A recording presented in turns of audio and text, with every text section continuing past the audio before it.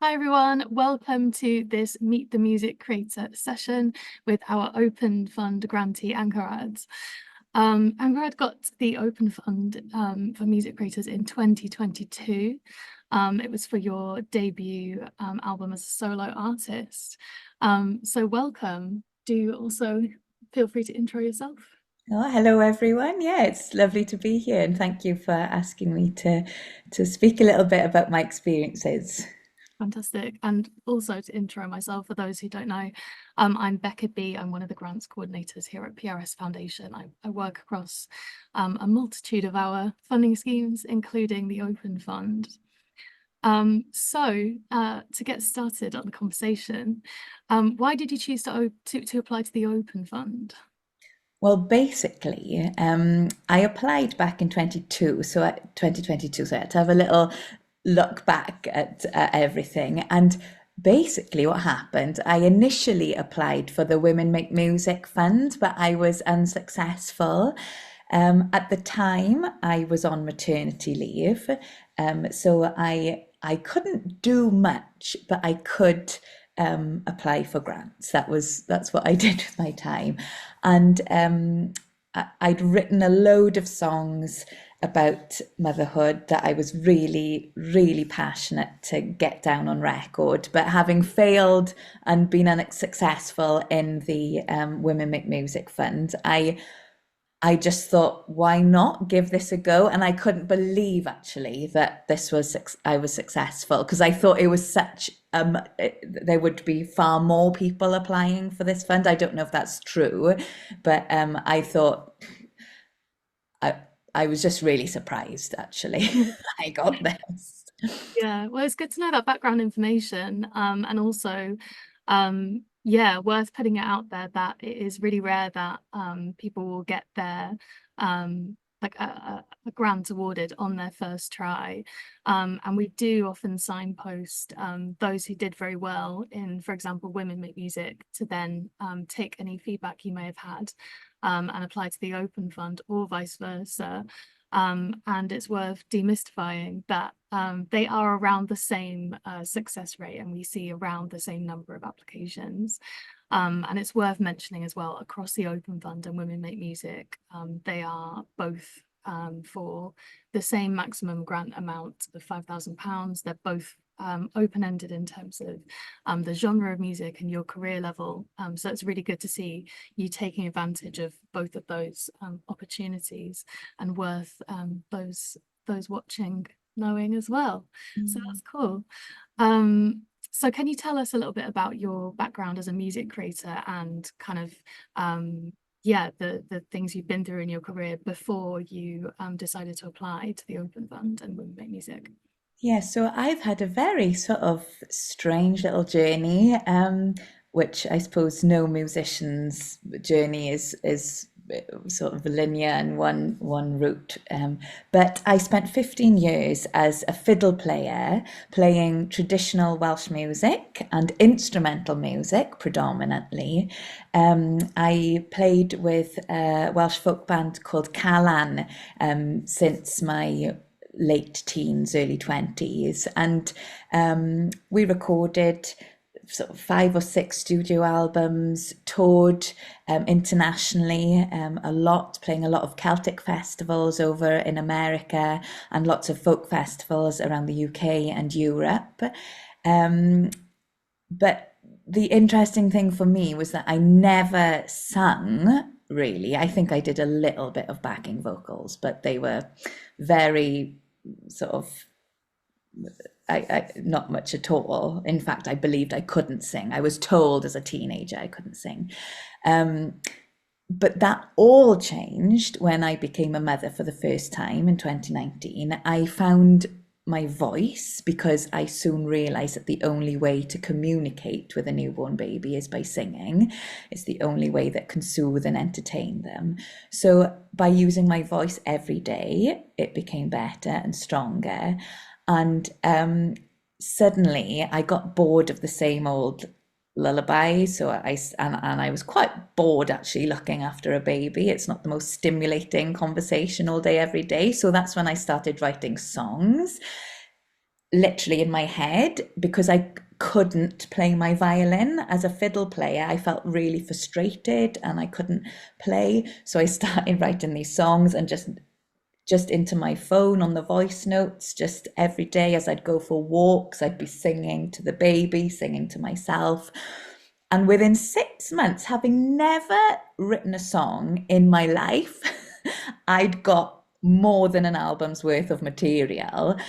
Um, and, because I'm a musician, I've got musicians friends, I'd sort of sent a few ideas to a great multi-instrumentalist friend of mine, Avon Williams, who's background in jazz. And he helped me put these together and produced them and arranged them for a full band. And so I've done a complete 180-degree turn from folk music to sort of pop, art pop, indie sort of music, which surprised me as much as everybody else who knew my background. Yeah, I love that. It's really cool to hear about kind of the journey you've been on. And I think it's a really good example of how the Open Fund is for all career levels. And you don't have to have a kind of linear career of like, I'm starting here and now I'm doing this. It just goes to show the artistic process can take so many twists and turns. So yeah, thank you for going into that. So I think you've kind of started to answer my next question, which was why did you think it was a good time for you to apply to the funding? Because we get a lot of questions on how is best to answer the why now question on the application form. So I think people watching may find your answer really useful. Why now? So I was actually totally honest in my application.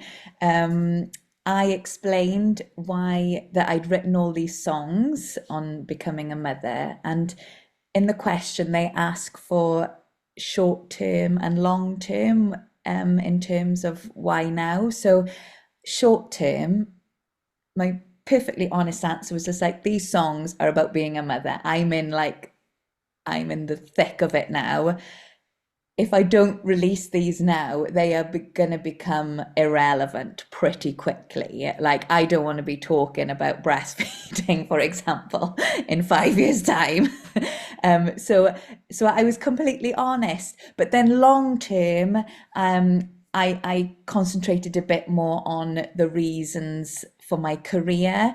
I couldn't no, I could no longer tour as much as I had been with the folk band. We used to do all this international touring, sort of 3, 4 weeks at a time. I couldn't do that. And it wasn't fair for the band that I couldn't do that. So I explained that I had to step away and I wanted to establish myself as a solo artist in my own name to give myself a bit more flexibility and autonomy over my own career. Um, and that's exactly what's happened really by being establishing myself as an artist in my own name. I've been able to make decisions based on my own personal situation without having to worry about the rest of the band. So I just, I mean, as I mentioned, it's a completely new direction. I'm at the start of this new project, um, but I just explained Yeah, in perfectly honestly why yeah, now. yeah. I had no major prizes or record deals or anything like that. I just kept it honest. Yeah, that's the best way to be. And also, I really like the fact that you kind of linked into the creative reasons why, and also in terms of your career. That's really important because at the end of the day, we want our grants to be able to put music creators on the path to a sustainable career in music. So Mm. we love to see it. Yeah. So as we've mentioned, you came in for support for the release of your debut album as a solo artist. So how did the release of the album go? And in terms of kind of reaching an audience, did you reach the audience you expected to? Yes, well, I had a very clear demographic of who I wanted to target with this audience. Um, in a way, the album is a concept album about becoming a mother. So I knew that mothers would probably resonate with this music. And also, I knew for a fact that you don't really hear songs about motherhood very often on the radio and in music in general. So I also thought, how am I going to attract these people who perhaps don't normally are not able to go out to gigs in the evening because of childcare responsibilities. So I released my album. I did two performances on the day. It came out first, and then a month or so later, I did a launch gig. One was in the afternoon, which I specifically said was people who have care responsibilities and who can't come out in the evening. I left it open. That could include all sorts of other people as well. But that was lovely. I had lots of mothers and grandparents and people with their babies. It was in the same venue, so it was lovely to see. Um, you know, they came. Even a local nursery came with a group. My music is not aimed at children at all. It's very much adult themed, but live music is great, isn't it, for children and young people to hear as well? So I had a lovely mix, and then I repeated it then in the evening for which was a much louder event. I've also been sort of tapping into lots of other initiatives and groups that are available out there. For example, there's Mama Coaching in Bristol, who do loads of daytime gigs and after school gigs and lots of mothers in music meetups. So I've been engaging with them. Also, there's Mamas in Music who do online meetups. They're based in London and in LA. And I also recently, which was lovely, I did a gig to a lecture hall full of student midwives because I thought they would also be able to get the music. So I'm just really aware that because of the subject of my music, I might not fit naturally into the usual places.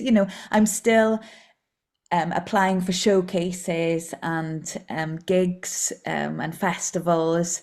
But I'm also really focusing my attention on some of these alternative places because I just know that that's where my audience are going to be. Yeah, that's really cool. That's really cool to hear how you've been quite creative and outside the box about how you're reaching your intended audience. And then kind of going back to the creation of the album itself. So you applied for support to kind of create and also promote this album. Can you tell us about your experience of like creating the album and how the funding helped make it happen specifically? Yeah, so I actually applied for below £5,000. I think it was about 3,200. I don't know if that put me in a better position. You'd be able to answer that question. But it was to cover mixing, mastering, and a contribution to PR costs. So I found the application to be fairly straightforward, actually. Only 200 words for each of the questions, which they're about four or five. That took quite a while, but it's less than some grant applications that I've applied for. I think Arts Council grant applications are usually more around like 1,000 words per question. So you're writing a thesis. So that's a good thing. And I it was basically essential that I got this funding because I was applying on maternity leave. I wanted something tangible to come back to when I started working again, because at the time, when you're in the thick of it, um, I didn't even know if I'd ever be a musician again. Like, I really thought, how is this going to work? But you do, you get your stuff back. So it was essential that I got the funding, because at the time I was on the government maternity allowance, which is £600 a month to live on, a month. So it was absolutely crucial. And I think without this funding, I wouldn't have been able to get my debut album out, or certainly not to the standards that I wanted. I with this funding, I was absolutely able to record it to the highest standard that I could. And it was absolutely amazing recording it. And it's been a huge joy, and life affirming. And yeah, it's been brilliant. Yeah, that's amazing to hear. And we really want to support projects where our grant support is going to be absolutely crucial. So it's really great to hear that this has been the kind of make or break for you. And in terms of the grant amount you apply for, it's just best to be actually realistic in terms of, you go in and research your costs, and you apply for a number relative to that. Of course, we can't fund projects to 100%, so there would need to be kind of some other income in there, whether that's in-kind support, maybe you've got like a mates rate on a studio or something like that. That's absolutely fine. But we'll just kind of look at your budget and expenditure. And if, say, for example, you come in for £5,000 and that's all really well accounted for, and we can see where all the money is going, and that's crucial, that's absolutely fine. But also, if you don't need the full five, that's yeah, that's also great. So it's just about being realistic to your project, and researching those costs, rather than one amount is going to be more likely to be funded than the other. But it's a good question. Um, so yeah, so what have you been up to since the release of the album, and has the funding led to any other opportunities for you? Yes, well, the biggest thing is the recent announcement of a Welsh Music Prize nomination. So I can't believe that. I found that out the other day, and it was announced this week. So thank you. I actually can't believe it. Suddenly being a mother is quite punk. But there were over 200 albums released during the period in Wales. So to be one of 15 shortlisted albums is absolutely incredible. And I can't believe it, considering where I've come from, like being in maternity leave, thinking I'd never play music again, to this is just, I can't even explain how much how proud I feel of Angharad, the mother musician. um, but I've also had quite a lot of radio play. I've been really lucky to have two singles on the BBC Radio Wales A list, which that I think has brought me quite a lot of royalties, which I've been able to feed into this project, and hopefully to another album. So I've been really, really encouraged by the response, and it's working well around managing my life as a mum as well. That's amazing. Yeah, we were so excited to hear about the Welsh Music Prize, and we'll be keeping our eye on that. So just to go into the theme of the album, which we have spoken about kind of throughout the chat, which has been really nice. So yeah, obviously it's centered around the theme of motherhood and new motherhood. So I was wondering if you had anything to say to music creators who are mothers, or anything you want to generally highlight around that topic. Yes. So I think the biggest advice I would say is just be true and honest to yourself and where you are and what you want to achieve and what's viable and what isn't anymore. For me, touring internationally for weeks on end was no longer possible at the moment. Who knows, maybe in the future. But just be clear about that and what will work for you as an artist. And the other thing I would say is don't be afraid to tell people that you have children.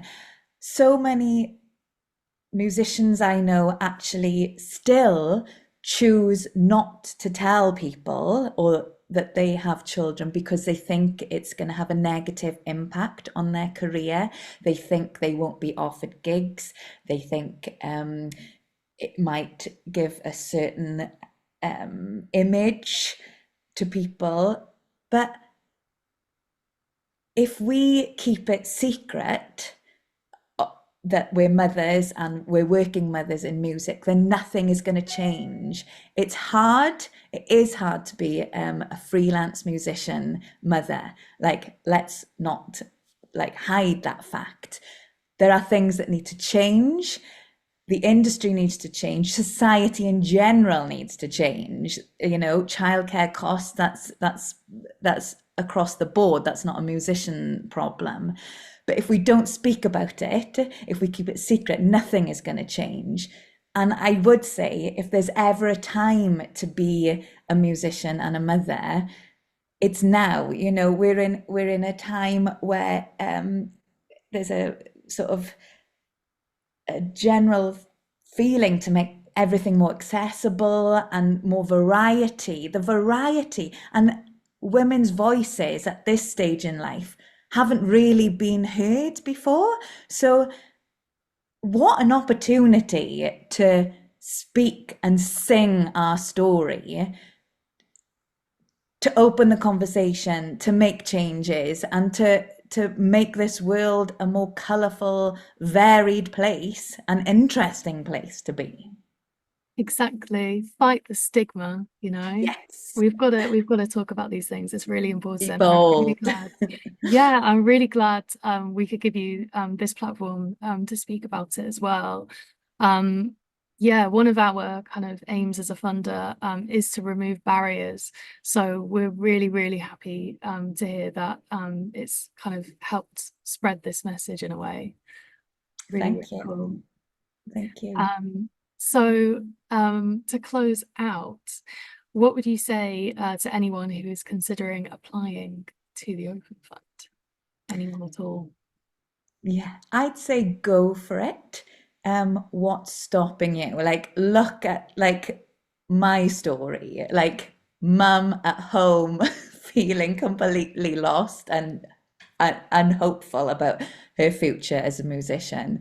But I got the funding and I've been able to fulfill my dream at this stage in life. Like, just apply, look, go through the guidelines and be really clear and honest and go for it. What's stopping you? I'd say, what's stopping you? Just, yeah.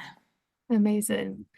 Well, thank you very much for joining us for this chat, and kind of following on from what's stopping you. Well, if you're watching live, the Open Fund is now open for applications, so there is nothing stopping you.